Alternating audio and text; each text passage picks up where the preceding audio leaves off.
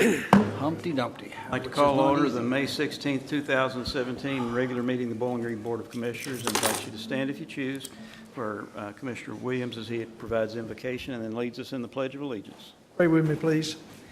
Heavenly Father, we thank you for this, the gift of another beautiful day.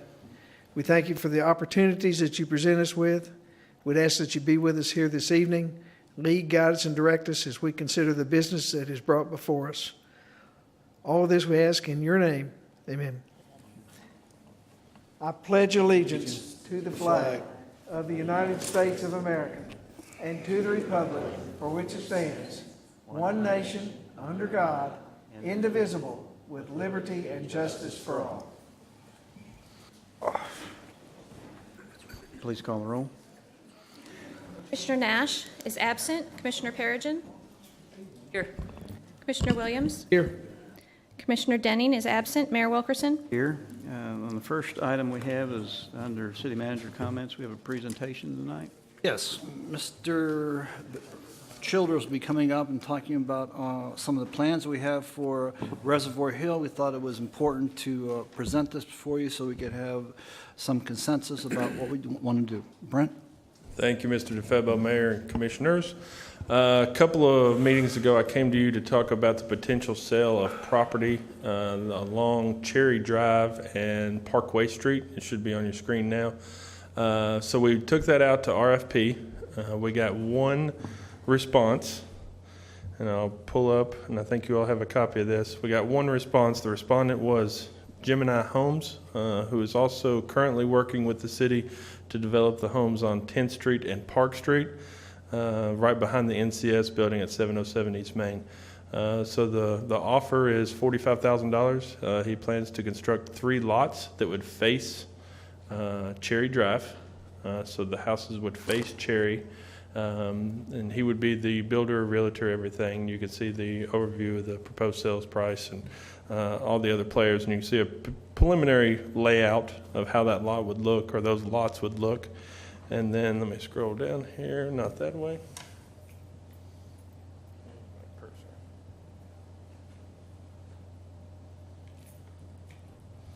What you see at the bottom is some renderings or some sample pictures of the type of construction. It would be similar to what we have behind our building that's under construction and what has already been constructed, what we're calling a traditional craftsman look. The picture on the left is on 10th Street, and the picture on the right is on 10th Street. Both of those houses have sold and are occupied now. The house on the right won Best in Show Curb Appeal, and I think overall Best in Show in the Parade of Homes through the Builders Association. The house in the middle and the lower section is actually in Traditions, but it still has some of those similar architectural features that you see in that traditional craftsman architecture. So this is what we have. We only got one respondent. We haven't awarded it. We haven't taken it to the neighborhood. Just wanted to kind of present you all with a preliminary review of what the respondent was. That's somebody that we have worked with in the past and have had good success with. So we feel comfortable moving forward with him as a partner in this, and to let you know kind of how the lots would lay out with the facing Cherry Drive, and actually 3 lots there. So I'll entertain any questions, or if you want to provide guidance on how to move forward, I'd look for that also. Are going to have a neighborhood meeting? What we did last time, whenever we did the property behind us, was after it was awarded by the commission, I sent a letter out to the neighbors. So I'd done that following approval. If you all prefer, I can do a neighborhood meeting. I can do a mailing. There's a lot of opportunities there on how to handle this. Well, I personally think it's great. I can just foresee the sledders on Hospital Hill maybe having some issue. We do have a sidewalk now on Cherry, so they'd have to jump the sidewalk to land into the front yard. But that is a possibility because this is on the downhill side of the sledding if we get snow again this year. This past winter wasn't much of a problem, but a couple of years ago it might have been a little bit more. So I will make sure Kelly is aware that if this deal does go through, that he needs to warn his customers that you might end up with a lot of sleds in your front yard if it snows. I'm not sure we could stop that from No, happening. I don't think so either. And but we don't want to create a hazard where somebody's going to get run over either. Right. And so I don't know how you balance that. I It'll guess actually Sledder be in their beware. backyard, won't it? So these would actually be in the front yard. These houses would face Cherry Drive. Oh, they're facing So Cherry. they would face Cherry and be looking up the hill towards the water tower. The rear of the property would be off Parkway. If you look at the property, the way it slopes down, that way he could have a front entry garage coming in off of Cherry, as opposed to a rear entry garage coming back uphill off of Parkway. I'm not sure how a homeowner handles that when people sled across the street into their yard. Yeah, I'm not sure how that I live on a flat street, so I don't have to deal with it. But growing up in another neighborhood where we did have some hills, I ran through a couple of culverts and driveways as a kid. I know that, so it does tend to happen. Comments or questions? You're satisfied with what Mr. Arnold has done at Gemini Homes on the other side of the hill, aren't you? Yes, sir. It looks great over there. It's a good addition to the neighborhood. Do you have any other questions or comments? No, we just wanted to present it here first before we went to the public. All right, sir. All right, I'll present this to the public and then come back with a recommendation for award. Thank you all. Thank you, sir. Notice we don't have awards or recognitions listed on here. Do we have any tonight? Other than we want to thank our sister agency, Bowling Green Municipal Utilities, for recognizing us as one of the good water users in town. Know your water, right, Rick? Love your water. Love your water. Did you have any other comments, sir? Yeah, there'll be a need for an executive session. Katie will read the appropriate reason. Pursuant to KRS 61810B for deliberations on the future acquisition or sale of real property by the city, but only when publicity would likely affect the value of the specific piece of property to be acquired for public use or sold by the city. So moved. Second. By Williams, second by Perigin. Any discussion? Please call the roll. Perigin. Yes. Williams. Yes. Wilkerson. Yes. Next item is approval of the minutes for the regular meeting on May 2nd, 2017. So moved. Second. Motion by Perigin, second by Williams. Is there any additions, deletions, or corrections? Please call the roll. Perigin. Yes. Williams. Yes. Wilkerson. Yes. Guys out tonight. First item is second reading of ordinance BG 2017-16. Ordinance relating to classification pay schedule. Ordinance amending the classification pay schedule G for general classified employees of the city of Bowling Green for fiscal year 2017. So moved. Second. Motion by Williams, second by Perigin. Second reading. Do you have any other comments, Mr. DeFebo? This is part of a reorganization at their cemetery. We had the internal auditor do a study to recommend some changes. This is one of the first steps of trying to effectuate a better managerial control at that location. All right, thank you. Call the roll. Perigin. Yes. Williams. Yes. Wilkerson. Yes. Second reading of ordinance BG 2017-17. Ordinance rezoning real estate. Ordinance rezoning tracts of land containing 9.64 acres from general business, multifamily residential, public, office and professional residential, office and professional commercial, and highway business to highway business, located at 0 East 2nd Avenue, 825 East 2nd Avenue, 0 US 31W bypass, 347 US 31W bypass, and a portion of 250 Park Street, presently owned by Bowling Green Warren County Community Hospital Corporation, doing business as the Medical Center, and Riverside Professional Center Owners Association Incorporated. So moved. Motion by Perigin, second by Williams. Second reading of ordinance, rezoning ordinance that was held at planning and zoning with unanimous vote. Any comments or questions? Please call the roll. Perigin. Yes. Williams. Yes. Wilkerson. Yes. Second reading of ordinance BG 2017-18. Ordinance rezoning real estate. Ordinance rezoning a tract of land containing 0.3099 acre from multifamily residential to RM4 multifamily residential, located at 216 Gale Way, presently owned by Plan B Holdings LLC. Moved. Second. Perigin. Second reading on the unanimous vote from planning and zoning. Is any other discussion? Please call the roll. Perigin. Yes. Williams. Yes. Wilkerson. Yes. Second reading of ordinance BG 2017-19. Ordinance closing a public right-of-way. Ordinance approving the closing of an unimproved right-of-way with frontage along US 31W bypass and located south of Park Street. So moved. Second. Perigin is second by Williams. Part of closing an unimproved right-of-way. I don't ever remember it being a street, but it's part of the Medical Center project. There's any further discussion? Please call the roll. Perigin. Yes. Williams. Yes. Wilkerson. Yes. Second reading of ordinance BG 2017-20.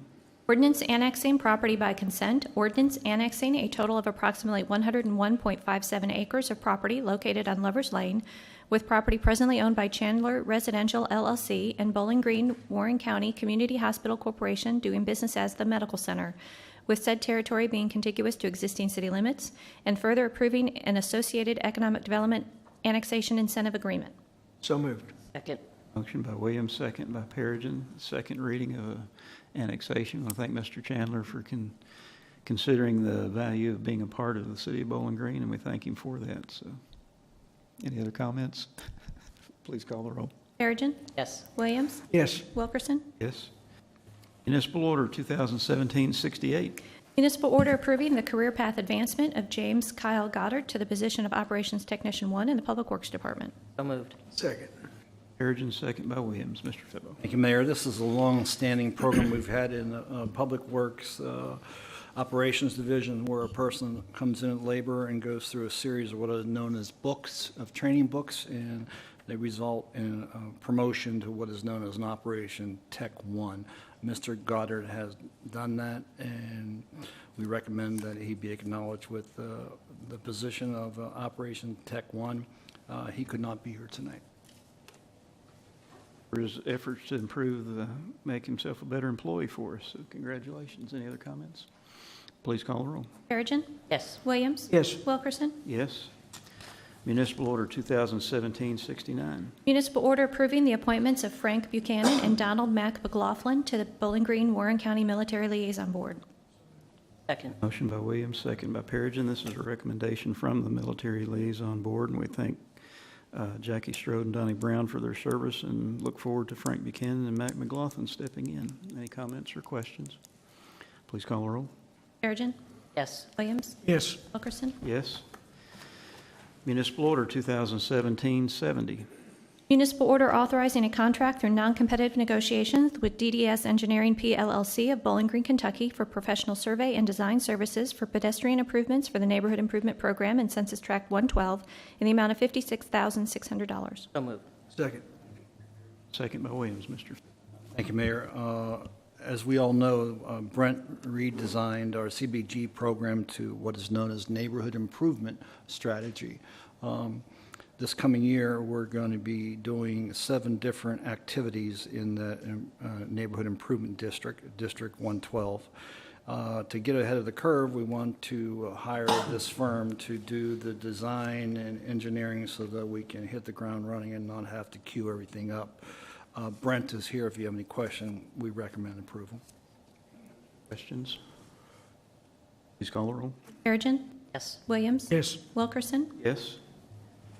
Municipal Order 2017-71. Municipal order authorizing and accepting bid number 2017-26 for fiscal year 2017 sidewalk construction Phase 2 from J.C. Brewer Construction Incorporated of Bowling Green, Kentucky, in the amount of $275,090.65. So moved. Second. By Williams and second by Perigin. Mr. Febo. Thank you. About a year ago, the City Commission instructed staff that it would like to get more work done in a year, particularly as it relates to stormwater, paving, and sidewalk. This, as you know, was Phase 2 of our work program for the community. We went out to bid. We had 5 bidders, and we're here to provide 1,925 new feet of sidewalk in the community, and curb and gutter and all the ancillary things that go with it. Greg Meredith is here if you have any questions. Brewer was the lowest bidder. Comments or questions? Call the roll. Perigin. Yes. Williams. Yes. Wilkerson. Yes. Municipal Order 2017-72. Municipal order authorizing and accepting bid number 2017-56 for the generator project at the City Hall Annex and Public Works Operations Division from Stuart Ritchie Electrical of Bowling Green, Kentucky, in the amount of $78,250. So moved. Second. Perigin, second. Febo. There's 2 elements of this particular municipal order. The first is to install a new generator at the City Hall Annex, which has a definitive need for annex of generator services and move the existing generator from there to Public Works, which has less of a demand. We went out to bid, and the low bidder, it was Stewart and Ritchie. Greg Meredith, again, is here if you have any questions. Public Works or the This is the generator for the annex building. For Okay. the existing generator is not big enough to run the whole facility, given the Care Here addition as well as record retention. So this runs everything. Please call the roll. Perigin. Yes. Williams. Yes. Wilkerson. Yes. Municipal Order 2017-73. Municipal order authorizing and accepting bid number 2017-60 for fiscal year 2017 street striping from Reynolds Sealing and Striping Incorporated of Bowling Green, Kentucky, in the amount of $28,117.72. So moved. Second. Motion by Williams, second by Perigin. Mr. Febo. Thank you, Mayor. We're here today to ask you to allow us to spend $28,000 to re-stripe 11 miles of streetway. That would be bifurcated into striping that is poor condition as well as new overlay areas. It might be helpful if Greg could briefly explain. There's a nuance to striping, one involving a plastic type striping and another one involving basic paint. I thought it was interesting to share with you. Greg? Sure. Thanks, Mr. Fabo, Mayor, Commissioners. There's two different applications in order to provide striping currently that work and are state of the practice. One is just paint. It's paint with embedded glass beads for reflectivity, and the other methodology is what we call thermoplastic paint, which lasts longer. It tends to be thicker. It has the same reflective beads, but again, you get more service life and a better bang for your buck. The reason that we divided the contract out is because there's some streets that are already scheduled 3 and 4 and 5 years out to be resurfaced that we can use paint and save some money because we know it's going to be milled up or overlaid. And the streets that are going to projected to be there longer, up to 10 years, thermoplastic was the application of choice for that striping. So that's the differentiation for the different material. So. Questions or comments? Please call the roll. Perigin. Yes. Williams. Yes. Wilkerson. Yes. Municipal Order 2017-74. Municipal order accepting donation from John and Linda Kelly Family Charitable Foundation to expand the scope of Camp Happy Days. So moved. Second. Perigin, second. Thank you, Mayor. Anybody who has a child or a relative that has special needs knows that the city provides what is known as Camp Happy Days, a camp experience in the summer. We're here today to accept $18,000 from John and Linda Kelly to expand that beyond the 18-year-old benchmark to allow disabled adults to participate. This is, Brent, how many years is this? 12 years of contribution, so it's laudable, and we want to thank, obviously, John and Linda for their contribution. Brent's here if you would like to know more about Camp Happy Days. Just say it's a wonderful program, and we so appreciate the support that we get from John and Linda. Yeah, it's a great program. Especially to the Kelly family and their strong support for us. Any other questions? Please call the roll. Perigin. Yes. Williams. Yes. Wilkerson. Yes. First reading of ordinance BG 2017-21. Ordinance closing a public right-of-way. Ordinance approving the closing of an unimproved right-of-way of an unnamed alley located at the rear of 1532 Chestnut Street. So moved. Second. By Williams, second by Perry. This is an action by the Planning Commission based on a request to, again, close what we call a paper alley. Ben is here from the Planning Commission if you have any questions. Comments or questions? Roll. Perigin. Yes. Williams. Wilkerson. Yes. Municipal Order 2017-75. Municipal order approving Title VI Civil Rights Plan for the City of Bowling Green Transit Program and authorizing its submission to the Federal Transit Administration. So moved. Second. Second by Williams, sir. Thank you, Mayor. Given the technical nature of this and the need to be specific, I would ask Nick Cook to come forward to explain this municipal order to the commission. Have a meeting without Mr. Cook making a presentation. Thank you, Mr. Febo, Mayor, Commissioners. About 15 years ago, the city became a direct recipient of federal transit funding to provide local public transit service. And since that time, we've been required to have what is known as a Title VI plan. This is an anti-discrimination plan that is based off of Title VI of the Civil Rights Act of 1964. We're required to have an update to this plan every 3 years. This year's update doesn't have any substantial changes. However, it does require your all's approval. So I'll be happy to answer any questions you may have.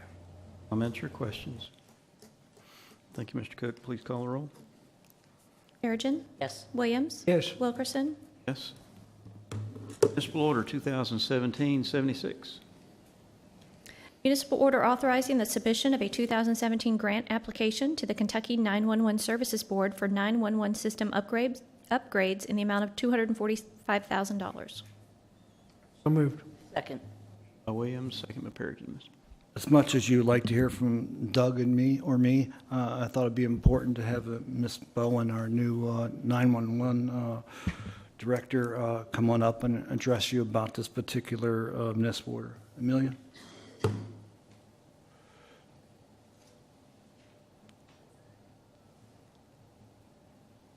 Welcome. Good. We are looking to move forward to upgrade our phone system so that we can be next generation compatible. Technology is obviously the way of the future, and eventually we will be able to get text, video, photos, different things from the public, and our phone system just can't do that right now. So we're asking for this grant so that we can upgrade and get ahead of the game for that.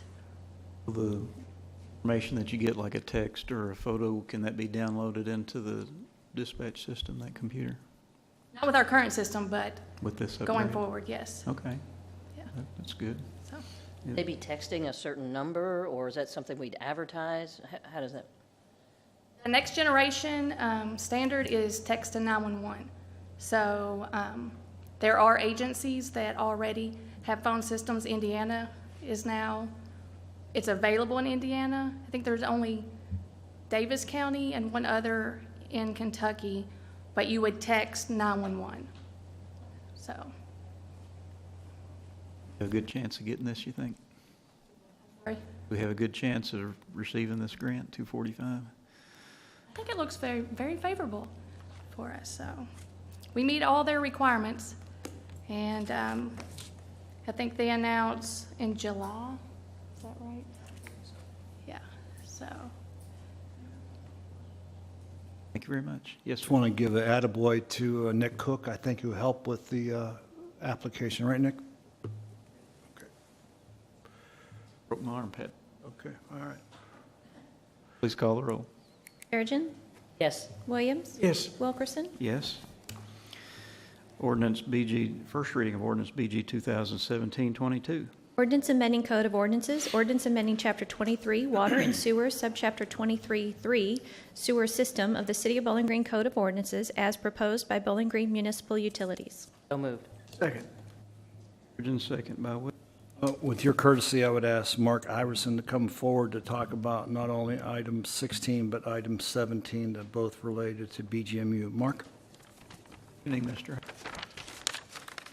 Commissioners, thank you very much. As you may be aware, the wastewater treatment plant on Preston Street discharges or takes care of all the wastewater treatment for not only the city of Bowling Green's residences, commercial enterprises, and industries, but also by wholesale arrangement does the same for Warren County Water District's customer base as well. As a permit holder, we have to follow federal law, Clean Water Act law, with respect to discharges back into the river. And to that end, Chapter 23 of our city ordinances have to spell out what we discharge limitations with respect to certain chemicals and whatnot. It has to match federal law. And to that extent, we have certain amendments we have to make to that ordinance to match changes to federal and state regulations in that area, and also to address total volume. That's part of that. So it's just a kind of a cleanup, if you will, with respect to our current ordinance. Won't have any impact on existing industries, nor any future industries as well. It's Rate increase. or rate increase. That's right. Cost, I was going to say. That's or correct. cost. Did you want me to address the second item? Yes. Second item is a loan application with respect to, with the Kentucky Infrastructure Authority. We are in the design phases to expand capacity at our water treatment plant. Again, that one treatment plant handles not only the water volume for the city, but also by wholesale arrangement for Warren County Water District. They are obviously growing in their capacity. This is mostly going to be a project for them on their behalf. Their customer base will essentially bear the burden with respect to the cost, but we end up, because we're the property owner, we end up doing the design work and the financing and construction. This particular arrangement with the Kentucky Infrastructure Authority is to essentially finance the design work. That'll take about 18 months before we're kind of ready to hit the street on bids and have a total design cost, if you will, estimate on what the project's going to run. No cost to the city. That's right. Rate increases the rates currently will take care of debt service with respect to this particular loan. These were anticipated. These were anticipated, yes, sir. Call the roll. This is on ordinance number 22. Perigin. Yes. Williams. Yes. Wilkerson. Yes. Municipal Order 2017-77. Municipal order authorizing and approving the submittal of a loan application to the Kentucky Infrastructure Authority to fund the water treatment plant expansion in the amount of $3,800,000. So moved. Second. Williams, second by Perigin. We heard the explanations. Any other discussion? Please call the roll. Perigin. Yes. Williams. Yes. Wilkerson. Yes. Municipal Order 2017-78. Municipal order authorizing the acceptance of the old Louisville Road landfill property from the Commonwealth of Kentucky and further authorizing the execution of a surplus property notification of environmental conditions form, a deed of conveyance, and all other necessary documents related to the transfer of the property from the Commonwealth of Kentucky to the City of Bowling Green. So moved. Second. Motion by Perigin, second by Williams. Thank you, Mayor. This reflects some legal nuance and be appropriate for our city attorney to address the commission on this item. Gene? I will do it quickly, Greg, at my side. As everybody knows, we've been operating that inert landfill between Louisville Road and Old Louisville Road for, 40 years? What most people didn't know is that the state of Kentucky owns that land. They gave us permission to put the inert landfill on it. Now that the landfill operation is ended and closed, Public Works needs to go through the closure process. As part of that, though, they need to have a deed to that property so they can put deed restrictions on it. I don't think anybody's ever going to build on it, but they need to put deed restrictions on it. If you recall, we've talked to the state for a number of years about this. They had some issue at one time. They didn't think they owned it. They had an easement. They've now gone back, re-examined that, determined they do, in fact, have a deed to that property. So they are willing to deed that property to the city. But the first step is this surplus property notification of environmental conditions form that they're asking the city to execute and sign. Once we will do that, they will then follow that up with the deeds. This municipal order approves that form and the execution of the deed. Under the public, it wasn't a regular landfill. It was for industrial debris, construction debris. It's Okay. not anything hazardous in there. And not waste, it's actually construction materials, yes. Yeah. Any other comments or questions? Please call the roll. Perigin. Williams. Yes. Wilkerson. Yes. Municipal Order 2017-79. Municipal order approving a lease agreement with Dublin Group LLC, doing business as Dublin's Irish Pub, for lease of a portion of the public sidewalk located at 904 State Street. So moved. Second. Williams, second by Perigin. Mr. Yeah, thank you, Mayor. As the commission knows, we have a lease arrangement with people who would like to have sidewalk cafe type services along public right-of-ways, particularly around the square and on State Street. This represents one of those leases. Gene is here, and he's handled the negotiations with the pub. Gene, you want to add anything? No, this is typical. We've already had one at this location. This is just a new business asking for one as well. Well, for clarification, there's limitation on how much of the sidewalk that they can use. They still have to leave a certain amount of pathway for pedestrians. We put some language in it restricting, for example, the hours, the times, the noise issues, but you're right. There's also restrictions on, we asked for them where they're going to put their tables. We require them to keep at least 5 feet of walkways that people can get through. That applies to all the others that have sidewalk leases downtown. That's a minimum of 5 feet. Call the roll. Perigin. Yes. Williams. Yes. Wilkerson. Next, we have a presentation for the annual operating budget 2017-18. Break or anything? Sir? Want to take a break? No, sir. Okay. We've talked about brevity before.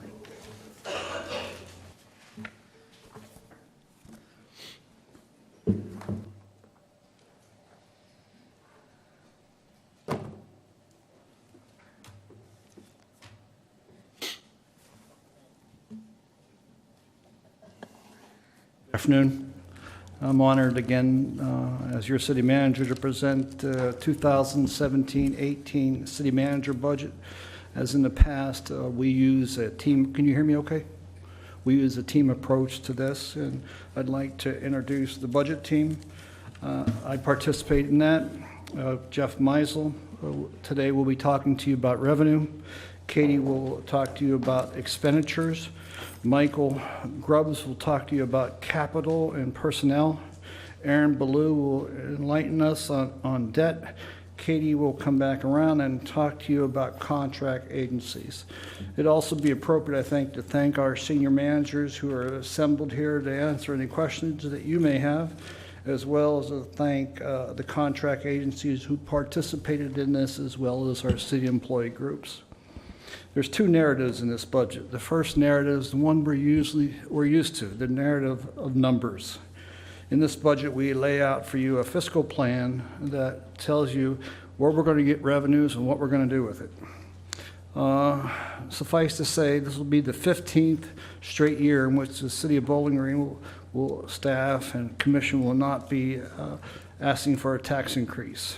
All the revenues in this budget comes from new revenue. Could you repeat that? I'm sorry. Make sure I heard. This will be the 15th consecutive year in a row, I guess that's redundant, of no tax increase.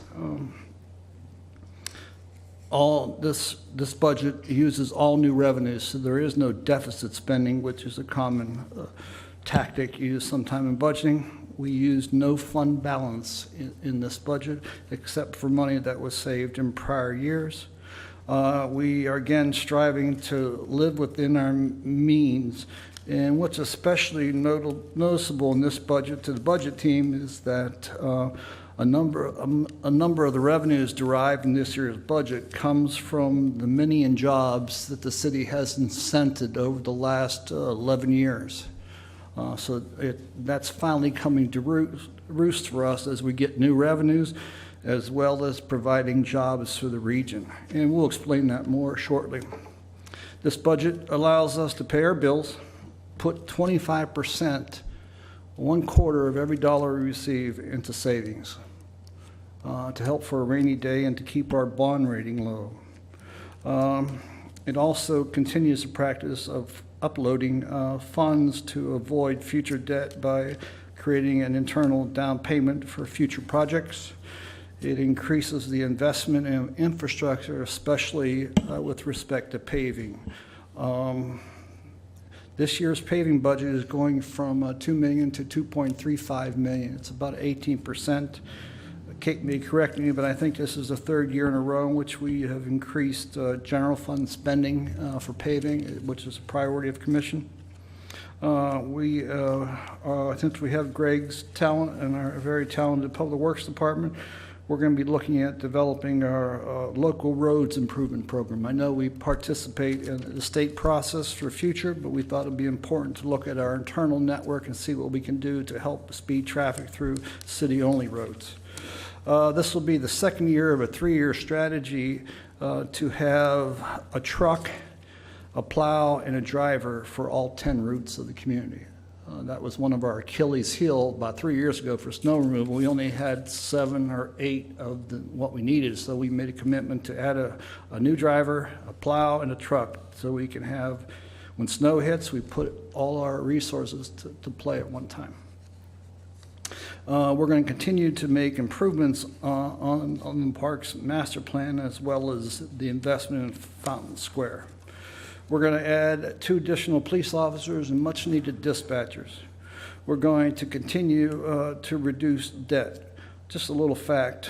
Over the last 8 years, we have defeased or removed $58 million worth of debt from our profile.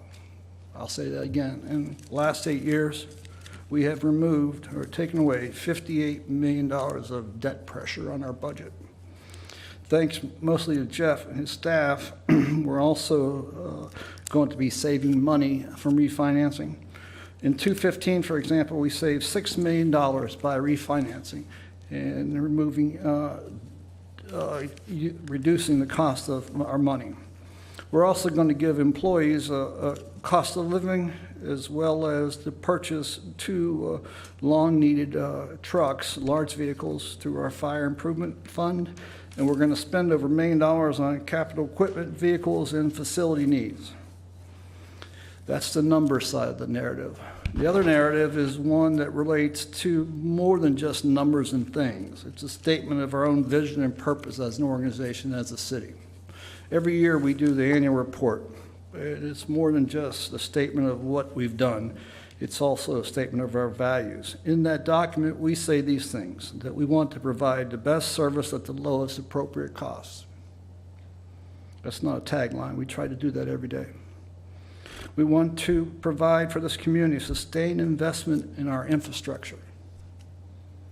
That's why we are increasing the capital budget every year, increasing the paving.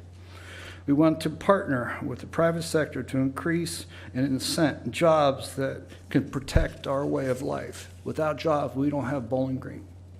So we know that's, if it's not us, then who? And we know that's a responsibility. And finally, although this is somewhat difficult to achieve, we want to be a city government that seeks to improve the quality of life for all those who call this home. Every spending decision in this budget reflects on one or more of these goals. For example, with respect to job creation as one of our goals, a little factoid might help. We have provided real money, $14 million, to help create in our community 3 million jobs. 3,000. 3,000 jobs, sorry. I added 2 zeros. That's a lot of jobs. 3,000 jobs, spending $14 million. How we do that is we collect 1.85 in occupation tax. If a company is willing to expand or start new here in the city, we will give them 1% of our 1.85. Sue, for example, is on that board along with Slim and myself. And since 2006, we have created 3,000 jobs and invested and given back to private sector $14 million. This not only provides needed revenue to the company, but also provides a job base for not only city residents, but county residents and regional residents as well. We're going to continue to pay 1/2 of the total debt on the ITA. One of the reasons that they're doing so well is their leadership there, and it's aggressive, as well as the fact that the city and county take over all the debt burden on the Transpark.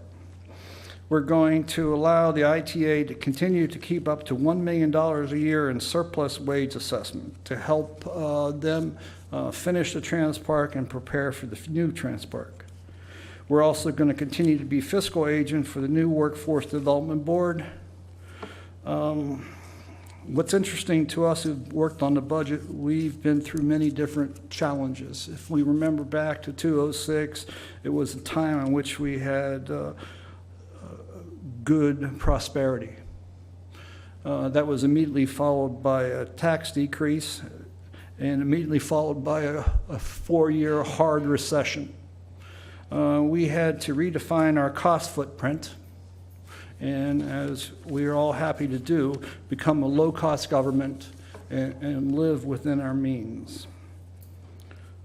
We have new challenges. Challenges doesn't end with the old. It starts with the new also. We're going to need to face the challenge of growth. We're the third largest community, and I'm told, based on an article I read, that we're the fastest growing city area in Kentucky. Our challenge will be to meet the demands of growth, but not to jettison our philosophy of living within our means, to continue to be what we feel to be a low-cost government, and to remain true to that compact or vision that I laid out for you, what we state every year in our annual report. I feel this budget meets the demands of today while preparing for the future. The budget team stands ready to help the Board of Commissioners in its deliberations. Jeff Meisel will follow me. Jeff?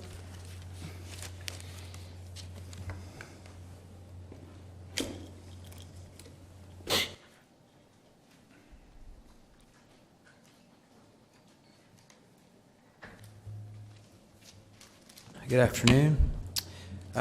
Before I get into the numbers, I just want to kind of touch on a few things. That first of all, I want to tell you that we take a pretty conservative approach on our budget. We have, again, this year. What I think this does, it helps sets parameters on the expense side, and it also gives us kind of a margin of error for any hiccups that may occur during the year. And this gives us the ability to, any excess that we have, we've been able to sock that away, as we like to call it, to capital funds for projects, and we hadn't had to issue any debt since 2008 when we did the ballpark, and we've been able to accomplish a lot of projects over the last 6 or 8 years with using saved cash savings and reserves. With roads and whatever. Small House Road is one example. The Cave Mill Road crossing was another example. So we've been able to do that. So as we get into the numbers, these are based on 9 months most of the time, and we look at how things are going to finish up in the last 3 months, and we look to see whether we can sustain any particular line item with that growth, and we make adjustments when necessary. So this is a chart here we have for you that shows all funds revenue and all funds expenditures, as well as the general fund. Mainly today I'm going to be focusing in the general fund most of my time. But overall, the all funds is looking at $120 million versus roughly $111 million last year. And then general fund, we are projecting a $69,512,000 budget. That's compared to last year's adopted budget of $65,073,000. This is just a summary of your all funds by category. Your taxes there are including your property taxes, include your fire improvement, insurance premium taxes. Occupational taxes would be in the general fund, parks improvement fund, and job development fund. License and permits, as you know, would be building permits, plan review permits, electric permits, and then your intergovernmental would be all your grants, such as Section 8, transit, CDBG, greenways, any of that kind of thing, even your liquid fuel tax money coming in there. Fees, the biggest piece of that is our money that we get back from WKU on the Diddle Arena bond payment that they make. We've never been out one dime on that bond issue that we did back in 2003. Charges for services, the big piece of that is your fleet lease maintenance payments that we pay over to the fleet maintenance fund, and also includes some cemetery revenues. And then, of course, your parks and rec speaks for itself. That does include golf and aquatics. And then your miscellaneous would include, for all funds, includes all your transfers. Miscellaneous includes your healthcare premiums we pay the healthcare fund, police and fire pension fund contributions in that, 800 radio fund, any rental income, interest income, things like that. And then your transfers in would be all your transfers for debt and other transfers we make for capital. The next slide here is just kind of a summary of our what each dollar, where it comes from. Your all funds, as you can see, is 43% from occupational fees. Your next biggest category there is your transfers in that goes between funds, and then your taxes, like property taxes, make up about 15%. On the general fund side, again, you've got 71% we've got there for occupational fees. That's pretty hefty. And then your taxes, like property taxes, mainly would be 21.6%. That does include insurance premium taxes. And then you have all the other categories that kind of fall in there behind it. Next slide here is just kind of a summary of where we've been since FY12 with our adopted revenue budget in the general fund. As you can see, we've got some pretty steady growth. From 12 to 14 was relatively flat. We added, the increase from 14 to 15 represents the golf and aquatics funds that we added to the general fund. And then from there, you can see some good growth from 15 to 16 and 17 and 18 for the general fund budget. From last year to this year represents a 6.8% growth. I'll talk about that just a little bit, but mainly we're already seeing most of that growth, and this budget is basically an adjustment to reality of what we're seeing already with this year. So if you really compare it to where we think we're going to finish this year, it's going to be a pretty flat, conservative budget. This is kind of a look back to FY08. This is actual revenues here. The occupational is in the light blue. You can see kind of the tax rate decrease effect there and the recession effects going through 09, 10, and 11. And then overall, FY11 was our lowest year with the recession. We kind of lagged behind the rest of the nation in the economy with the effect. But 49.9 was our kind of our bottom trough with the recession.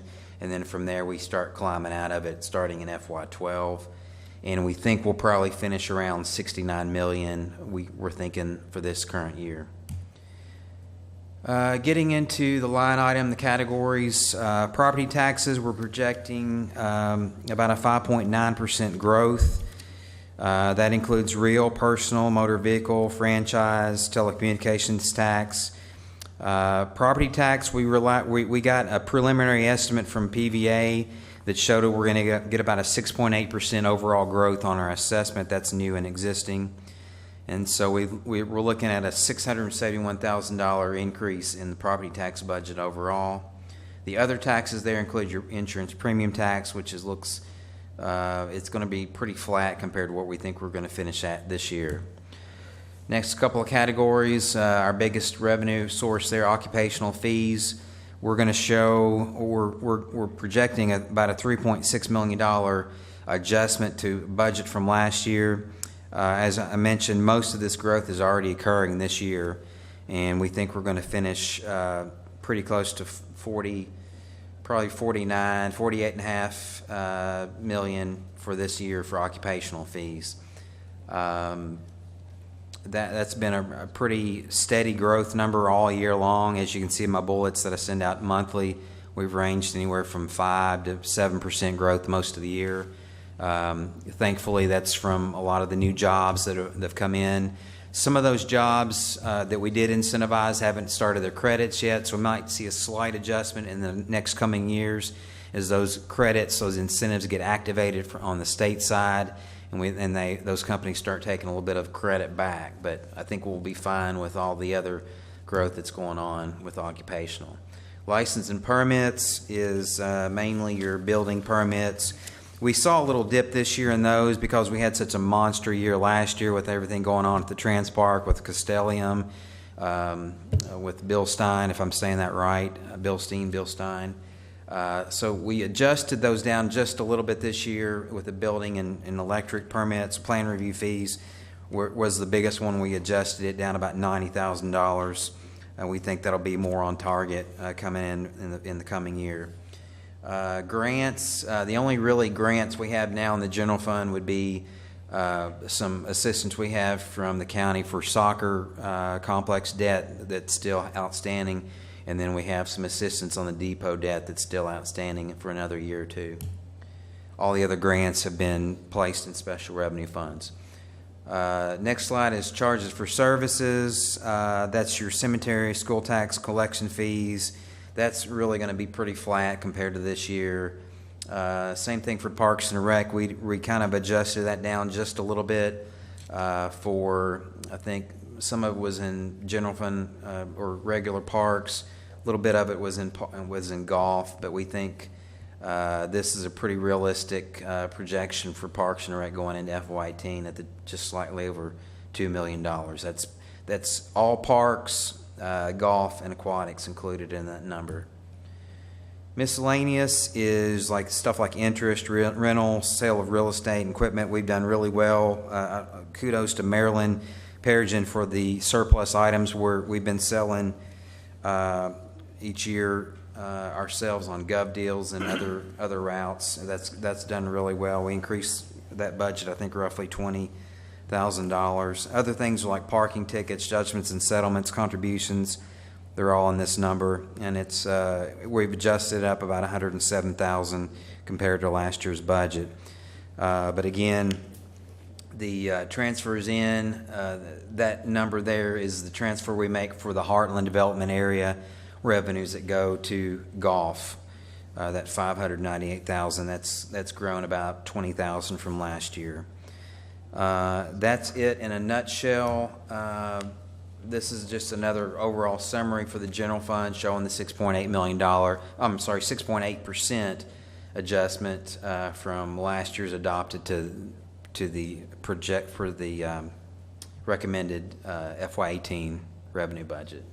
And I'll be glad to answer any revenue questions if you all have any right now. Otherwise, I'm going to turn it over to Katie for the general fund expenditures. Just one comment. When you see the numbers in parentheses there, that's not deficit spending. We save that money in order to spend it on the particular projects this year. Right. That's in the capital project funds that we've socked away, as I mentioned earlier. That's reserves that we've got earmarked for capital and other things. Right. Yeah.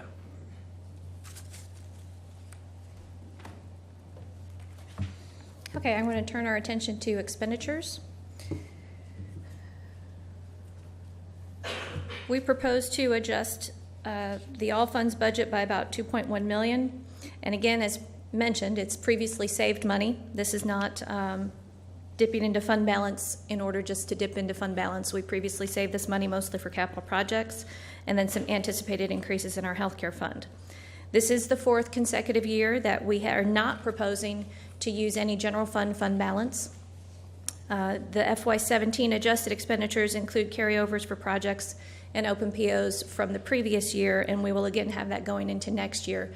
I don't think that we will actually expend $68 million by the end of this fiscal year, but again, some of that money will carry into the next year, so there's a constant rollover of some of those expenditures as we try to get projects done. Did I just go back to the beginning? And similar to the revenue charts, this is the all funds expenditures by type. When comparing the all funds budget to the FY17 adopted budget, the total expenses will be up 6%, which is just over $6.9 million. The increase in personnel will be discussed a little bit later in this presentation. The decline in the capital construction projects is for FY18. We don't have as many construction projects going into the next year as we did this current year. The increases in supplies, property and fixed assets, and transfers out are attributable to the capital projects for next year. The increase in subsidies is in part from a reorganization that we've done in our agency funding programs, moving some expenses that were previously considered as a contractual service now under subsidies and assistance. And also we're anticipating an increase in the TIF money that we pay out next year. The slight increase in debt service of about $217,000 is related to a previous year's refinancing, and we're now just seeing a full payment coming into this next year, and Aaron will talk a little bit more about that later. And then excluding capital items, the all-fund operating budget is only up 2.9%, which is $2.7 million. So when you compare that to last year's operating budget, we're only up 2.9% in operating. The rest of that 6% amount is coming for capital projects.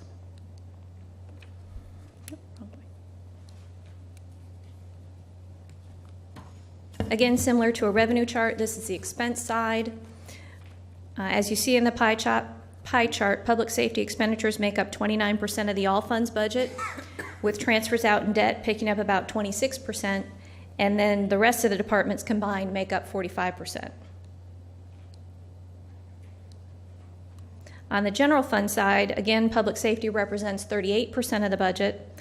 Transfers out, which in this case also includes our debt service payments from the general fund, is 21.5%, and then the rest of the departments will make up the balance of about 40.5%. This chart is identical to the one on the revenue side because we match our expenses to our revenues in the general fund. And as Jeff mentioned earlier, FY15, where you see a bit of a spike there, is the initial year of incorporating golf and aquatics. Since the general fund does account for 57% of the all funds budget, we want to provide a little bit more detailed explanation into some of those expenditures and those changes. And as the expenditure budget is prepared, and all the department heads will tell you, the budget team takes this very seriously. We look at historical trends, we look at actual needs, and we look at other factors in determining what is the appropriate amount of funding that needs to be budgeted for expenses. We cut costs and extract savings wherever possible. When you take into account the projected revenues as previously outlined, the FY18 recommended general fund budget covers all operating costs and proposes to include over $9.8 million of new and future capital projects and purchases without impacting the fund balance.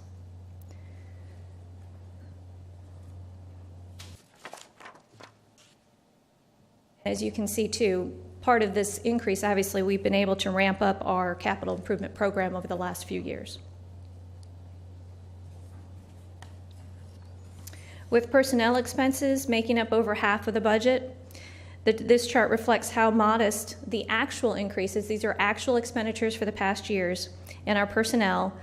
And despite providing cost of living adjustments, step increases, dealing with changes in CERS rates, and overfilling and hiring some of our police officer and firefighter positions during a year, we have been able to maintain a relatively flat personnel budget. And these are actual figures for costs. And then our estimated number for how we think FY17 is going to close out this year. We have previously explained how this has been done, primarily by combining jobs, changing some full-time positions to part-time, eliminating positions where we've been able to do that, and then holding some non-public safety positions vacant for a period of time before filling. We continue with that process. We evaluate, as with the cemetery administration position, we evaluate each position as it becomes vacant and determine if that position is still needed, if that position needs to be reorganized, or if we can eliminate that position. So that's an ongoing process that we go through on a regular basis. This is taking a little bit closer look at our largest expense type. Again, it breaks down it by various components and reflects an increase of 4.2% for our personnel. The other personnel costs include our medical, dental, vision, life insurance, workers' comp, and unemployment expenditures.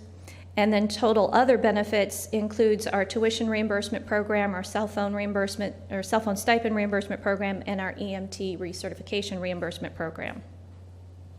And again, we will go into a little bit more detail on these increases a little bit later in the presentation.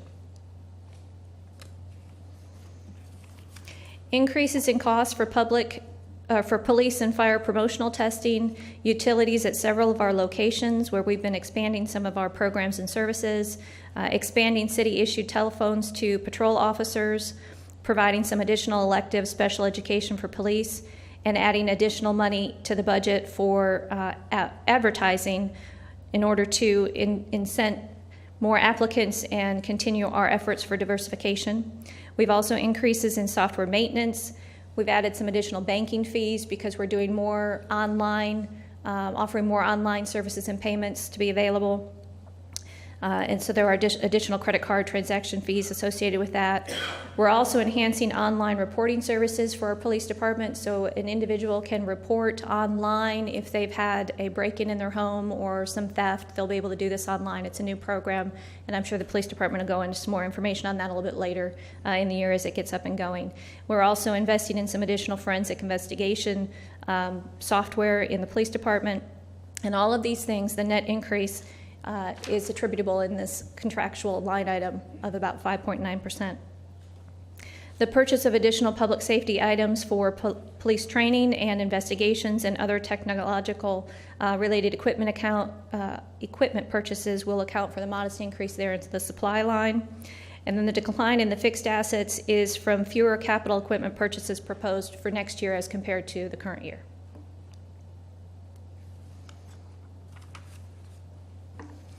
With the FY18 budget, as I previously mentioned, we had a reorganization of agency funding appropriations, and so we've moved a portion of that funding now under subsidies, so that accounts for part of that $506,000 increase. In addition, as I mentioned previously, we also have some increase in our downtown TIF distribution anticipated for next year as continued development occurs. Obviously, we have more revenue coming in, so we'll have more revenue paying out. And then we're also proposing a slight increase to some of those agency appropriations.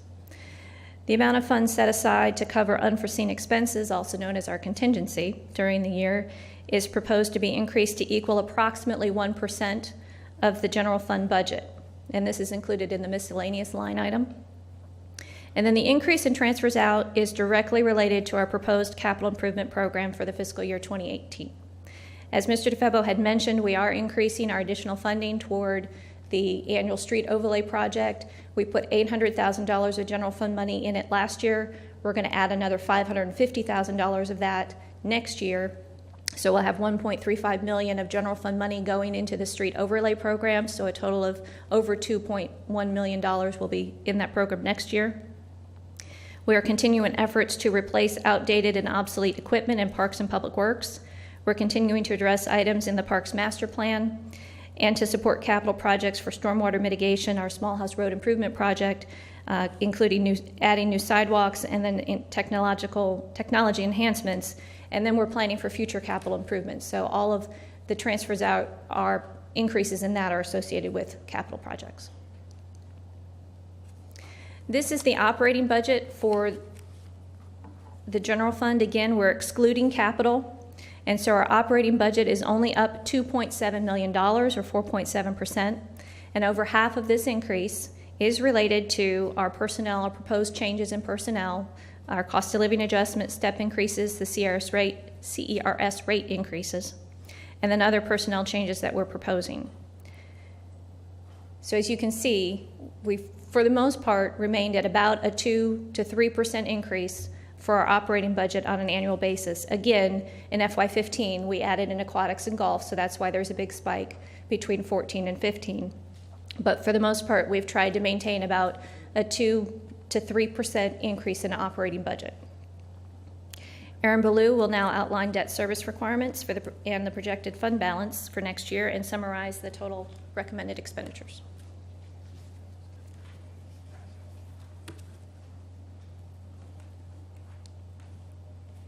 Good afternoon. I'll cover a few debt service slides and then finish up with the general fund expenses, as Katie mentioned. This slide identifies the debt funded by the general fund only. Any payments made by the city's special revenue funds or by WKU or by Warren County are excluded from this slide. You can see in our FY17 estimated actual column that we expect to end the year at about $5.7 million with general fund debt service expenses. We are planning to pay off one lease early this year, the Lapsley Lane lease, and that's included in that number. So we are expecting to spend about 8.7% of general fund expenses on debt service. That's actually down from last year. This number, that ratio was 9.3%. And you'll see for FY18, we're proposing that to only be 7.8%. So the money provided by the general fund to cover debt service is actually trending downward. In FY18, you'll see we're proposing to spend about $5.4 million on debt service. And that does not include any new debt in the general fund. However, we are proposing that there will be new debt covered by the Fire Improvement Fund for new fire trucks in FY18, and that's just over $3 million. But that will not be include any general fund money toward that. With the exception of the ballpark bonds, all debt that's currently outstanding is expected to be retired by 2033, and the ballpark debt is expected to expire in 2038. Okay, this slide shows the full funding picture of the city's debt service.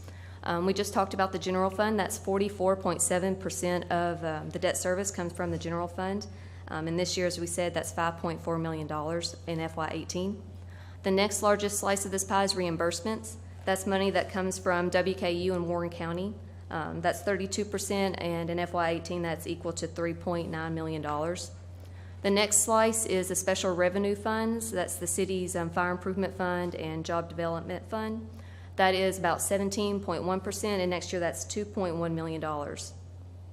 The enterprise fund slice is the convention center, and that's $749,000 next year, and that makes up just 6.2% of funding. Do want to point out in FY18, about half of that special revenue debt is going to be retired, and also in FY19, the next year, the convention center debt will be fully retired as well. The city's outstanding debt history is shown here. This includes both governmental and enterprise debt, so it includes the convention center as well. You can see that the debt peaked in FY09 at over $148 million, and since then it's steadily decreased to an estimated $90 million this year at June 30th. As Mr. DeFebo mentioned earlier, that's a decrease of $58 million, or 39% of our debt load in just 8 years.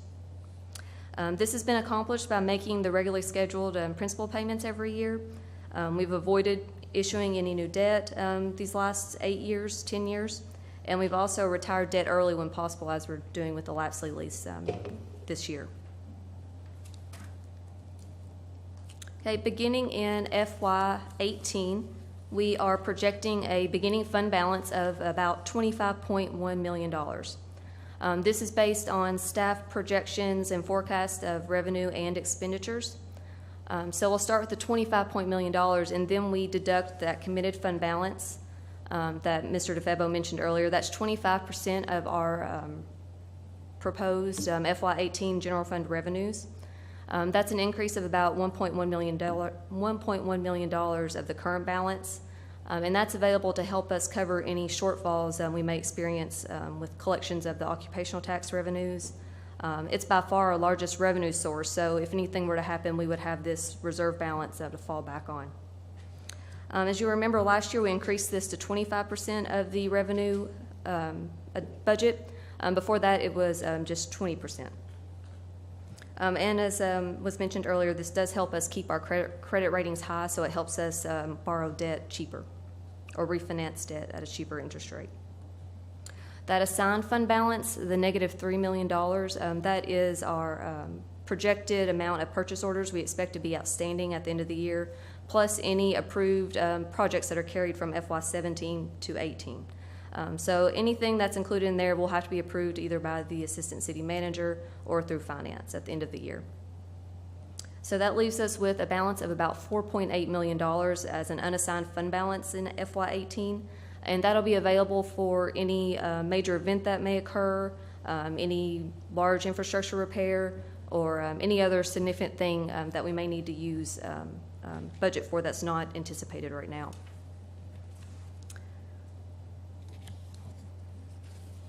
Okay, the overall general fund expenditure budget is expected to increase by that 6.8%. And again, this matches the revenue growth. So again, the revenues and expenditures are going to align with each other again this year.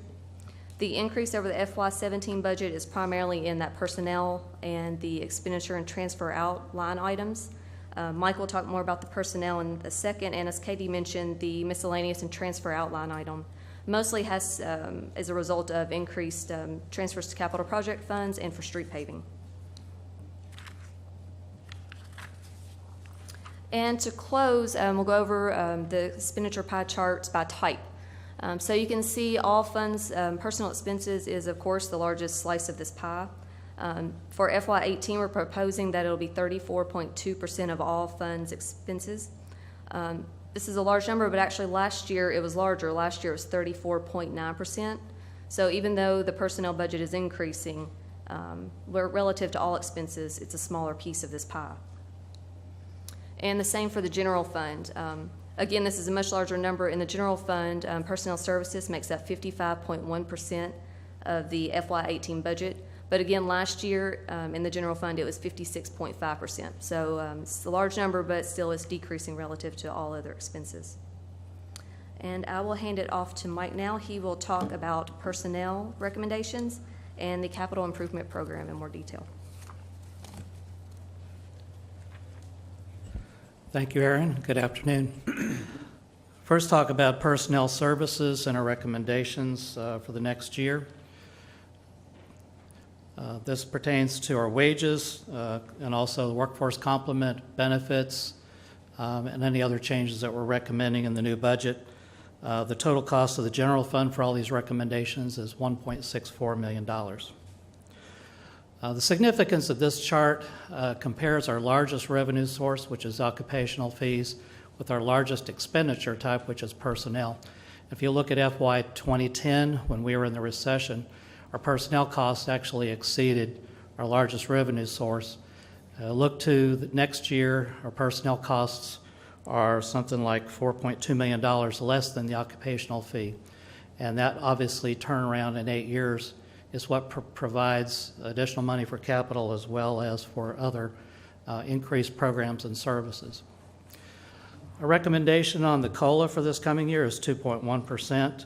That's based on the Department of Local Government Consumer Price Index. We provide a comparison here of the CPI increases for the last few years and the COLA that the city provided. The last 3 years, we actually gave more than what the CPI increase was. Initially, to help make up for a bad year in the recession, we also had some other reasons for trying to bump up our starting pay rates.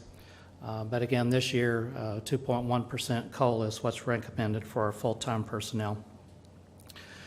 We've also continuing our step or merit increase for the 6th year. Overall, is an average of about 1.28% for those employees who will be eligible. The actual amount depends on the pay schedule and also where people are in their pay grade. The lower one is in the pay grade, the more the step is worth. As an example, a police officer or a firefighter at step 1, when they get their first step increase, will be worth 1.64%. Because not everyone gets the step, the actual impact on our budget will be just a little bit over 1%. Police and dispatch personnel working C shift get a shift differential. That rate has not been adjusted since it was implemented in 2005. We're going to make the adjustment this year based on our new pay schedule, and that additional cost will be just under $23,000. We're also making adjustments for our part-time and seasonal personnel. We're also bumping up the starting rates to try to help improve the situation with recruiting now that the market is better. Our seasonal personnel don't get benefits, so we're recommending an actual average increase of 5.32% for part-time and seasonal personnel. That'll be 50 cents an hour for those positions that start at below $14 an hour, 40 cents an hour above that. And we're also going to increase our seasonal laborers and greenskeepers $1.25 an hour to help compete. As comparison, this last year we gave a 20-cent an hour increase. So obviously this should help us with recruitment and retention. Seasonal employees, part-time employees that work with us at least a year also get a step increase. We're going to raise that from 10 cents an hour to 15 cents an hour. The lowest pay rate will now be $9.25 an hour. The minimum wage is still $7.25, but we keep expecting it to go up, so we want to stay ahead of the curve. And also per KRS, the elected officials will be eligible for a 2.1% COLA. The actual cost of the COLA in the general fund will be just under $700,000, including wages. We're also recommending some position changes or classification changes. An upgrade is typically where an employee has taken on more difficult work, or perhaps there's an internal equity issue, or there's been changes in responsibilities. We have eight upgrades recommended, 4 of which are in our lower pay grades. They're maintenance and office personnel. And we're also reclassifying our custodians in Parks and Recreation. They're at the lowest pay grade of all of our full-time personnel, and we're improving that by 1 grade to help with the starting pay. And all of the proposed changes are provided in the Personnel tab of the budget book. We're also recommending 8 full-time position additions, as mentioned, 2 additional patrol officers. The 2 that we've added this year were the first since the recession. 4 positions in dispatch, also mentioned a laborer to help increase operations, staffing back to where it was before the recession. And we're adding a system analyst in IT, which is the first time since 2008 that the staffing there has been increased. Overall city workforce, this chart kind of shows how it's dipped and grown, but actually our total full-time workforce will be slightly less than it was in 2009. In 2009, our non-police fire staffing full-time was 189. It will be 184 next year, even with increases. With regard to the retirement system, you can see there the contribution rates that the cities have to give to this system. It had dropped the last few years, but it is going up this coming year. But even though the rate is down compared to where it was, say, in 2013, our cost will basically be the same as it was 5 years ago, even with lower rates, simply because of our increase in payroll, number of positions, and so forth. Regarding our medical plan, we had some good years from 2008 to 2012 with very little increase. Then we saw some significant increases from 2012 into this year. Actually, comparing FY16 to our projected in for 17, we're not expecting much of an increase. However, we have had some bad experience with some high claimants. That affects our future stop-loss premiums, and then also the Affordable Care Act, had some effects on all employers. We did make some changes this last year. We increased premiums. We've also made the first changes to our prescription copays in 10 years, and we will continue to review our premiums, the plan design, deductibles, and copays as we go forward. This chart shows the history. Again, for several years, we had virtually no growth. Then some significant growth, but I think when you see the chart for FY17, the number will be fairly similar to FY16. However, in preparing the budget for next year, a couple of months ago, we did project an increase simply because of our trends. These charts kind of show where, again, where the money goes for personnel expenditures. About 62% is for public safety. And then in review, provided full-time employees with the COLA and merit to eligible employees will have a budgetary impact of about 3.17%. Part-time employees raises, again, increasing pay for custodians, laborers, greenskeepers. The cost of retirement's up, and despite adding positions, our full-time complement will still be slightly lower than it was in 2009. 6 of the 8 positions we're adding in public safety. Any questions on personnel that Katie can answer for you? This separate memo that we have from you, Mike, that's talking about the upgrades, personnel upgrades, I count 9 in there. I will go back and review that for you. Was it 9 or 12? Because there were 2. I counted 9, and I thought that you just said that there were 8. So... Well, there are 4 custodians listed. There are 9 topics probably. Okay. But there are actually a total of 12 positions in here that are discussed. Okay. But we consider 8 upgrades plus the 4 reclassifications for custodians. I appreciated the additional information on each one of those planned upgrades. It's very informative. The custodians we're treating somewhat differently because those were not requested by the department. They were budget team recommendation. And we're just recommending moving those 4 positions up based on market. Not quite the same as an upgrade, but I combined it all together in the memo. Thanks for that info. Thank you. That's actually something the city manager requested. All right, we'll move on to the capital budget.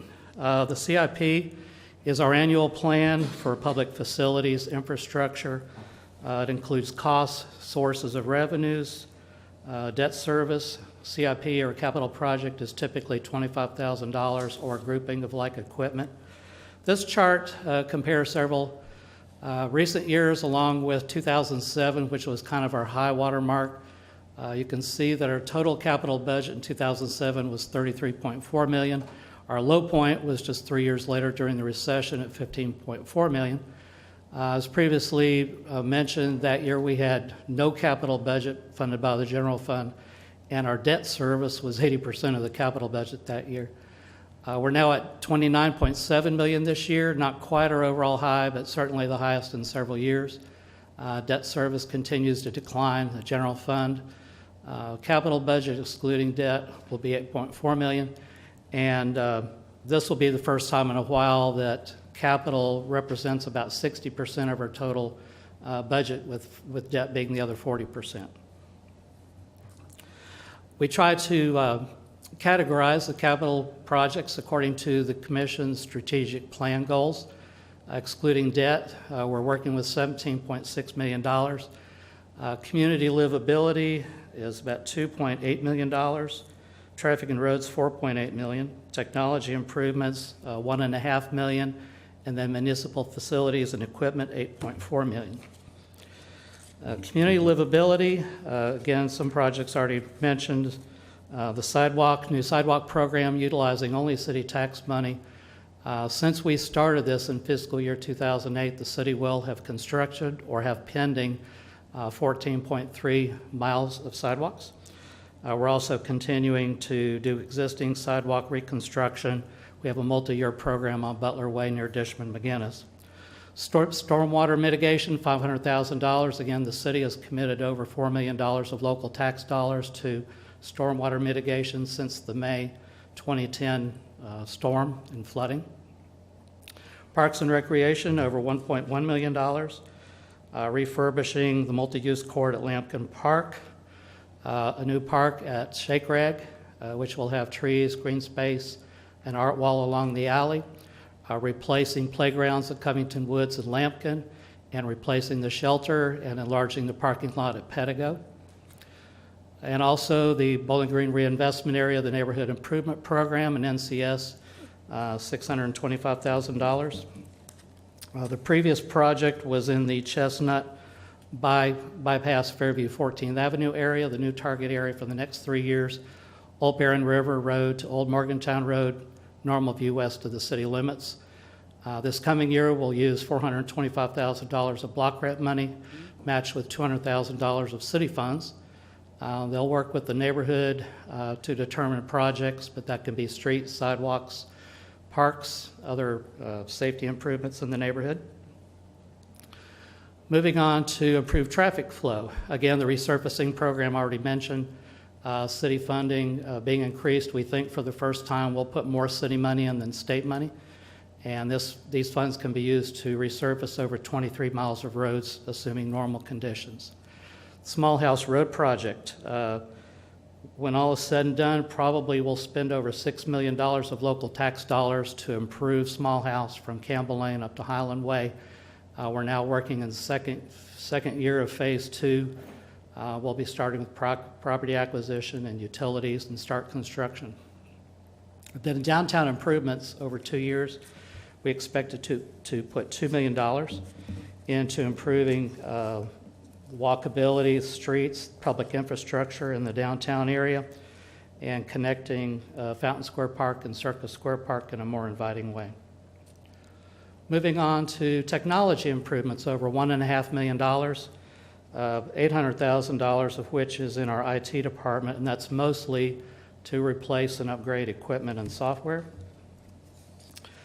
Already mentioned earlier in the meeting was improving the 911 telephone system, and hopefully we can get a grant to pay a good chunk of this, but the remaining part the city would be paying to upgrade the alternate 911 center. The street lighting energy project, if we were to try to replace all the street lights in the BGMU service area with LED lights, we're looking at $6 million. But we can save perhaps 50% on our costs by doing that. So we're recommending that we start with a pilot project of $250,000. And then other improvements such as replacing surveillance video cameras in parks, and then also upgrading, replacing the ornamental lights at Riverwalk. A lot of money going into vehicle and equipment replacement and new equipment this year. Already mentioned is replacing the two large fire aerial trucks, which will cost $1.2 million apiece, plus replacing a rescue truck. Those will be financed out of the Fire Improvement Fund. And then we're also looking at a number of other pieces of equipment to be replaced. Again, going into Parks and Recreation and NCS, replacing some equipment there. And in risk management, we've recommended purchasing 2 new enclosed spray rigs for spraying in parks and turf maintenance, and use workers' comp savings there for employee protection. And then for facility improvements and other equipment, $3.2 million. Convention center improvements, of course, funded by their enterprise fund. Fire station future land acquisition, looking to the future. There are some areas of the city that are underserved, and so we would like to set aside money to potentially buy land for future or replacement fire stations and other equipment and improvements. And Parks and Recreation facility improvements, when it's all done, we'll probably have spent over $1 million on the Aquatic Center, relocating the admissions office and expanding bathrooms and concessions, redesign the Crosswinds Pro Shop, and that's using the loan money from the Convention Center Fund, as well as improvements at Kiriakis, replacing the roof at the landscape facility, and work on the gym floor at the Moxley Center. This is a 10-year history of the CIP. The top colored line is the total CIP. The middle gray area is debt only. The bottom line is general fund. And again, you can see 2010, how general fund dropped to 0. But then you can also see how things have improved over time. In summary, $29.7 million capital budget is the largest since FY7. Again, no general fund debt being instituted. We include over $2 million in improvements to parks, look at planning for the future for fire stations, and we address some key areas for resident and employee safety. Continuing priority community impact goals, increasing the use of local tax revenues for paving, and for also Small House Road, replacing equipment, improving our facilities, enhancing technology, and again, setting aside funds for future capital needs. Any questions on the capital budget? Okay. I will turn it over to Katie to talk about agency funding.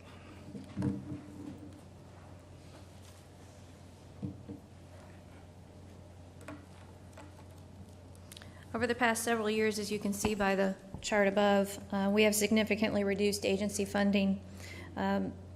And primarily, we were at a high of about $1.65 million in FY9. We were able to drop that down. We are proposing a slight increase into FY18, but in total, the decline is about 16.7% over that time. Now, when we look at the FY18 number, it does indicate we have an 8% increase over FY17. That's a little misleading. We actually had $80,000 that the board approved this past fall to include an additional transit route. And so that's part of this increase because it wasn't in last year's budget number. So if you remove that out, then we're only looking at about $22,000 of an increase to provide up to about a 3% increase to some of the agencies. So really, you're only looking at a 1.7% increase in agency funding compared to last year. Here are the proposed recommendations for funding. Again, adjusting for the transit enhancement that was previously approved, we had $137,000 in additional money requested from the agencies.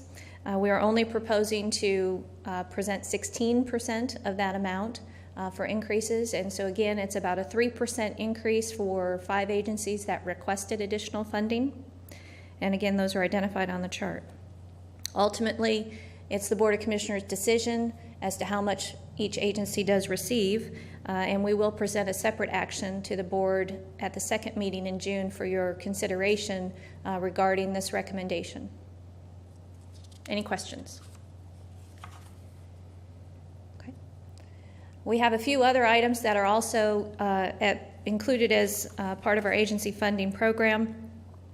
We provide a dollar-for-dollar match to the United Way for the employee pledges, and for this year, it's about $14,300 from the beginning of FY17.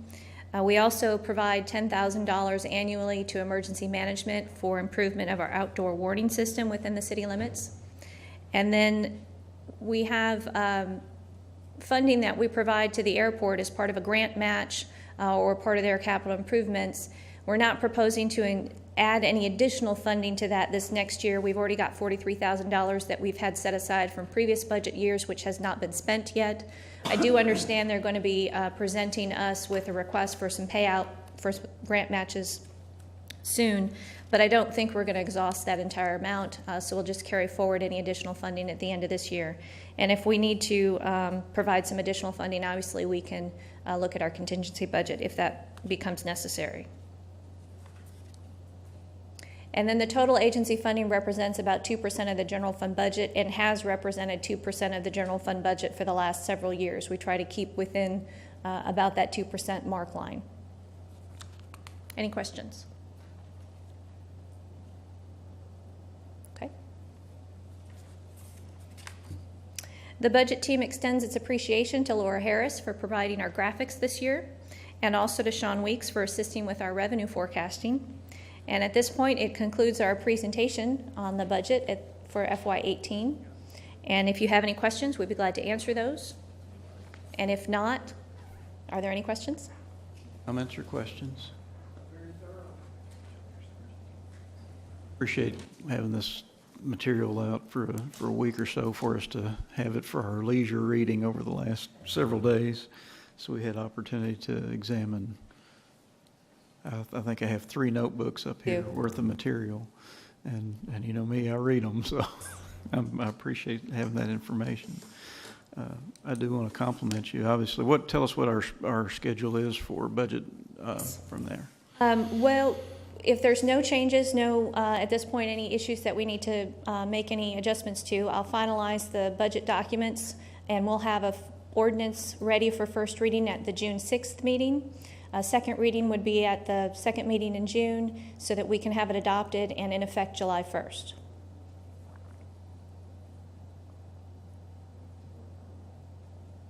Questions? I know Commissioner Denning and Nash will have some comments or questions. I suspect that they'll contact you this week to, I know of at least one adjustment they'd like to see on the welfare board, I believe would be upcoming, so. Any other comments? The welfare board, obviously, because of the change in the CDBG program, they did lose about $25,000 of funding. We are proposing a $30,000 funding for next year, which is more than the previous year in general fund. Obviously, it's not the total that they had received. They're also eligible to receive additional gas franchise money that we collect, anything over $200,000. Unfortunately, for this current fiscal year, we're not anticipating collecting over $200,000, but that is something in the future. And they've received it at least 3 or 4 times in the past since that was adopted in 2008. And they haven't received anything from that last, has it? It hasn't been for a couple of years. Yeah. Any other comments or questions? I want to compliment the entire team. I know that you take directions from the Board of Commissioners and put that into policy, but to see 15 years in a row with no tax increase, no deficit spending, 25% savings, reducing our debt from a high of 148 to now $90 million over that period of time. That was frustrating my first term on the commission, having to vote to issue bonds on things I wouldn't have voted for in the first place, but bringing it down from 148 to 90 is great. So I applaud the efforts that you all make to put into place the policy that the commission has given you direction on. Thank you so much for that. Take fiscal management very seriously, and we try to run a very well-organized and operated department and function organization.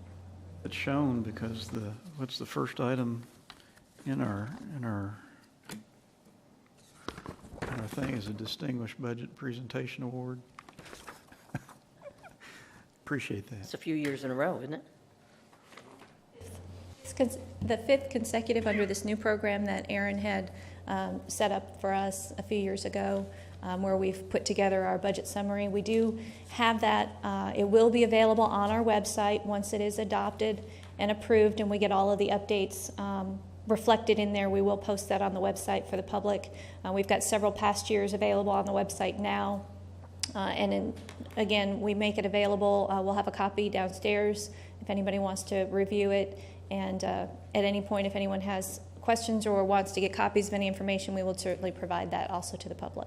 That budget award is all Aaron and Katie, so don't look at me, so I can't take any credit.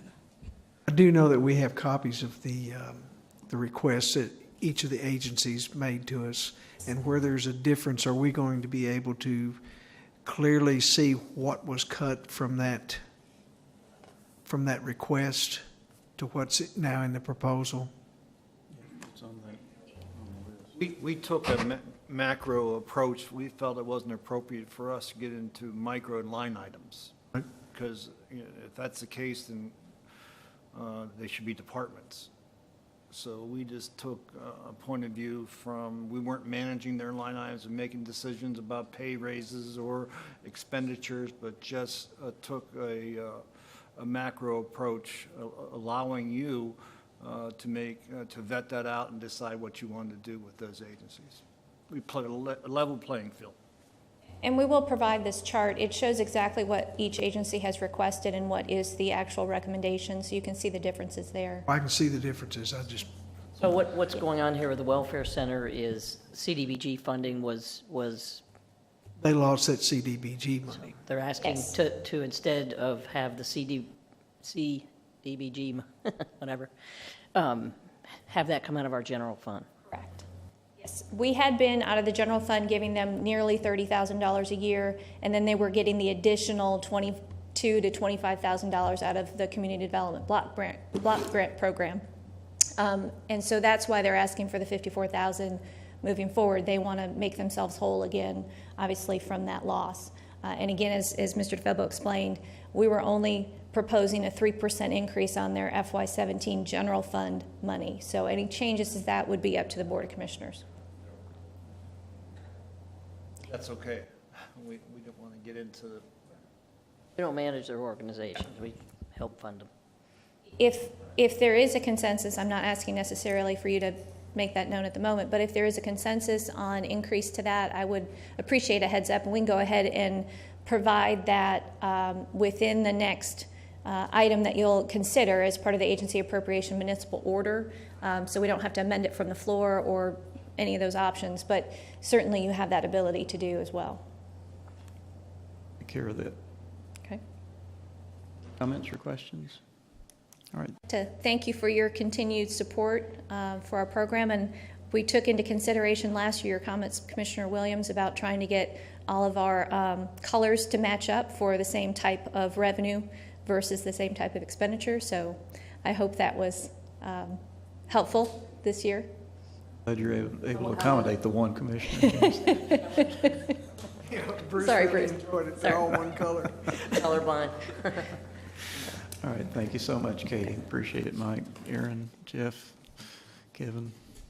All right, now we have time for public comments. If anybody in the audience would like to bring an item to the commission's attention, this would be that opportunity. If you would, give us your name and address, please, for the record. Good afternoon. My name is Susan Davis. I live at 615 Covington Street, and I'm here to speak in favor of a fairness ordinance. After my kindergarten year, my father accepted a position across the United States in a small, remote community. It required us, of course, to relocate. That community had a 1-2-room public school and one church. Because 98% of the population belonged to the church, it was the heart of the community, and it guided all community decisions, including those related to public school curriculum. For example, we would find out that 4th through 6th graders were read religious doctrine for an hour every afternoon. Because we were outsiders, some parents expressly forbade their children from playing with us. The children who did play with me at recess were not allowed to do so outside. I remember at age 7 being devastated when one of my classmates had a birthday party and invited every child in 3 grade levels except for me. I was not welcome in her home. The only 2 teachers in the school, of course, belonged to the church, and they disdained my sister and me from day one. My teacher humiliated and belittled me on a daily basis. I remember the last day of 1st grade, sitting on the school bus alone, trying to hold back the tears when other children were excitedly celebrating because I was too afraid to look at my report card. I was too afraid that I was going to have to repeat the 1st grade. In one academic year, I had gone from being a happy, inquisitive child, one who could read before kindergarten, to one who had been convinced that she was incapable of learning. The emotional scars lasted for decades. My childhood experiences are not the most egregious case of discrimination, but that is not my point in sharing them with you. Rather, they illustrate that discrimination is insidious. Community members were not inherently cruel people. They probably rationalized shunning my parents, adults, but they were oblivious to the fact that they had created an environment that was torturous for a subset of children. They didn't realize that discrimination has a trickle-down effect, that it is crushing to the most vulnerable, the children. And while they may have knowingly excluded me from events, they could not have fathomed the barrage of prejudices I endured, nor their impact. They didn't see the little girl crying in her room every single morning because she didn't think she could face another day. Just because you don't see the impact of discrimination doesn't mean it isn't real. Discrimination of any kind is devastating, but legally sanctioned discrimination is worse. I urge you to immediately pass a fairness ordinance so that no person in our community, adult or child, silently suffers as I did. Thank you. Anyone else?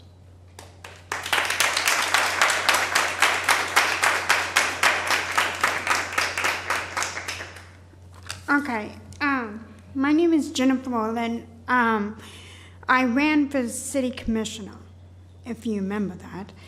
I ran for city commissioner to stand up. That's what I did. And the reason why is because I'm seeing something that's really strange in this city commissioner. And what it is basically the small business development. What's going on with the small business development? I've heard that you've cut funding for the small business development, and that is a big mistake. And I heard that you are going to try to stop funding from small business development and stuff like that, and you're going to, and the reason why is because think about Paducah. How Paducah is growing and stuff like that. Well, Paducah has a special funding to help small business development. And they help the community have businesses to grow. You know, and I don't understand why Bowling Green doesn't have that. You know, I don't understand why Bowling Green doesn't believe that small business development is important. And it is. Because think about it, the small business development is how they establish businesses, how it makes the economy grow and establish jobs. Okay, one thing is the Fairness Act is well, I'm going to talk about the Fairness Act. The 83% the district of Kentucky is for the Fairness Act. You know, and that's a lot of people. So I know, and everything in this, I know what you're thinking, the district is against it and stuff like that, but what about the polls? What about the newspapers? What about them? They're saying that the citizens want the Fairness Act. Just because a bunch of people is deciding what's right and wrong for this area, don't do this to this area. Don't do it. And first of all, why don't you prove me wrong and do a special next year when WKU comes back? Do a special experiment to see if people are born gay. Why don't you do that? If you do it, you know what you're going to say? What if I'm wrong?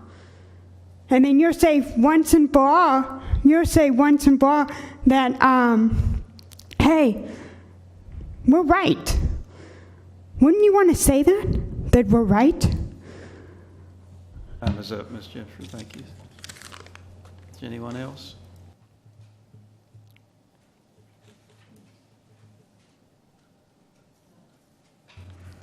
My name is Pamela McKenzie. I live on High Street, 1024 High Street here in Bowling Green, and I'm here to support the Fairness Ordinance. Bowling Green's the last Kentucky city, as you know, of its size, not to have a Fairness Ordinance. We now know it's the fastest growing city in Kentucky as well. So let that sink in for a minute. Mayor, city commissioners, you're the reason for that. History will record and show that you are the reason for that. Let that sink in. You met Commissioner Nash's motion to discuss LGBT rights in Bowling Green with silence, and it was a deafening, shameful silence. At the last city commissioners meeting I was able to attend, there was outrage and concern from you about a different issue. It was the great Charter Spectrum cable TV horror. And attention was paid by each of you. Questions, the questions you asked. The phone calls you mentioned, you quoted the number of phone calls and texts that you had received from the people in the community. Commissioner Perigin, you even described a situation in your home in which you would be subjected to having a cable box dangle down the wall from each of your TVs. If only the Fairness Ordinance, an issue of human rights, would receive the same level of attention. But you've made your priorities very clear. Thank you. Anyone else?